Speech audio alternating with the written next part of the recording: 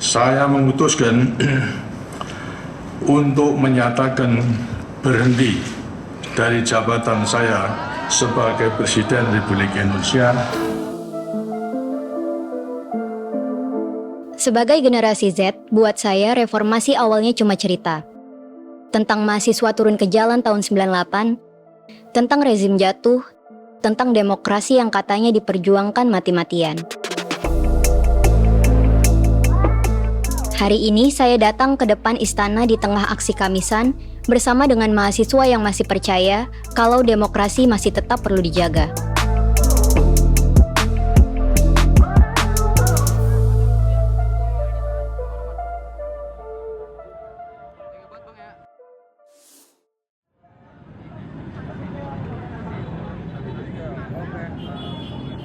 Hidup korban! Jangan diam! Kamisan sudah berdiri di sini hampir 20 tahun. Setiap Kamis menunggu negara memberikan keadilan kepada korban pelanggaran HAM. Dan hari ini mahasiswa ikut bergabung. Mungkin seperti saya, sebagian besar dari mereka bahkan nggak mengalami reformasi 98 secara langsung. Tapi keresahannya ternyata masih sama. Soal kebebasan, kritik, dan negara yang makin terlihat anti kritik. Yang sedang sekarat dan menolak mati itu adalah rezim penguasa, negara otoriter, fasis, imperialis. Mereka yang sebetulnya sekarat. Kalau kita salah menggunakan kacamata, kita akan tertipu. Mari kita mengubur mereka, bukan mengubur reformasi kita.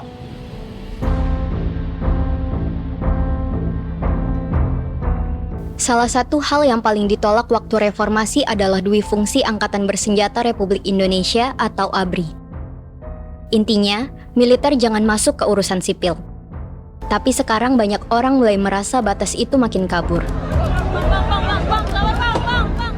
Aparat makin sering muncul buat menghadapi warga sipil. Seperti upaya penyiraman air keras terhadap Andri Yunus atau upaya pembubaran, pembatalan, serta intimidasi di 30 titik lokasi pemutaran film Pesta Babi di sejumlah daerah. Dan pelan-pelan, rasa takut mulai terasa normal lagi. Kemudian untuk kegiatan ini, saya minta tolong dihentikan agar tidak menjadikan bahan untuk nanti dipolitisir di kemudian hari. Kalau orang mengatakan hak asasi manusia adalah jantung demokrasi, ya mestinya demokrasi itu adalah yang mampu menyejahterakan kehidupan rakyat, ada kebebasan berpendapat, dan lain sebagainya. Tetapi kenyataannya kan yang terjadi sekarang ini adanya pembungkaman semua yang mengkritisi, baik anak-anak muda, pengamat, termasuk para akademisi yang mengkritisi kebijakan pemerintah, kemudian diupayakan untuk dipolisikan. Bukan tanah kosong. Generasi Z sering dibilang apatis, katanya sibuk scroll TikTok nggak peduli politik. Tapi hari ini saya melihat hal yang lain. Mereka memang cara ngomongnya beda, tapi keresahannya nyata. Soal masa depan, soal hukum yang tajam ke rakyat, dan soal demokrasi yang ternyata nggak otomatis aman. Aku mau nanya nih Kak, apa sih makna reformasi bagi Kakak hari ini? Makna reformasi bagi aku hari ini, ya seperti yang sudah kita pelajari dari dulu-dulu. Reformasi ini sebenarnya bukan cuma sejarah, bukan cuma peringatan kalau misalkan kita berhasil menurunkan rezim Soeharto yang sudah 32 tahun berkuasa, menindas, terus menyebar ketakutan, menyebar kebencian, menyebar kekerasan. Reformasi ini simbol perlawanan. Reformasi ini simbol kemenangan yang mahal sekali harganya.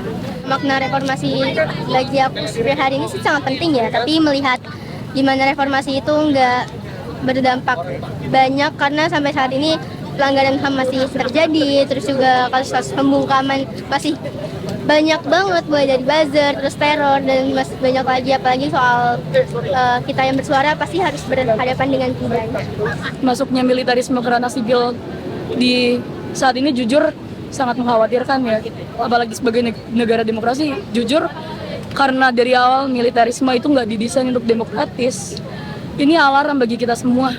Kalau misalkan kebebasan kita perlahan-lahan mau direnggut oleh rantai komando yang tidak memberikan ruang untuk kita berdiskusi dan menentukan sama-sama. Menurut aku militerisme hari ini sih nggak agak sih, tapi emang aneh banget. Kayak dimana dari kecil tuh aku taunya TNI itu ada di barak, tapi hari ini tiba-tiba dia ngebubarin nobar, ngebubarin diskusi buku dan segala macam. Kayak gimana ya, makin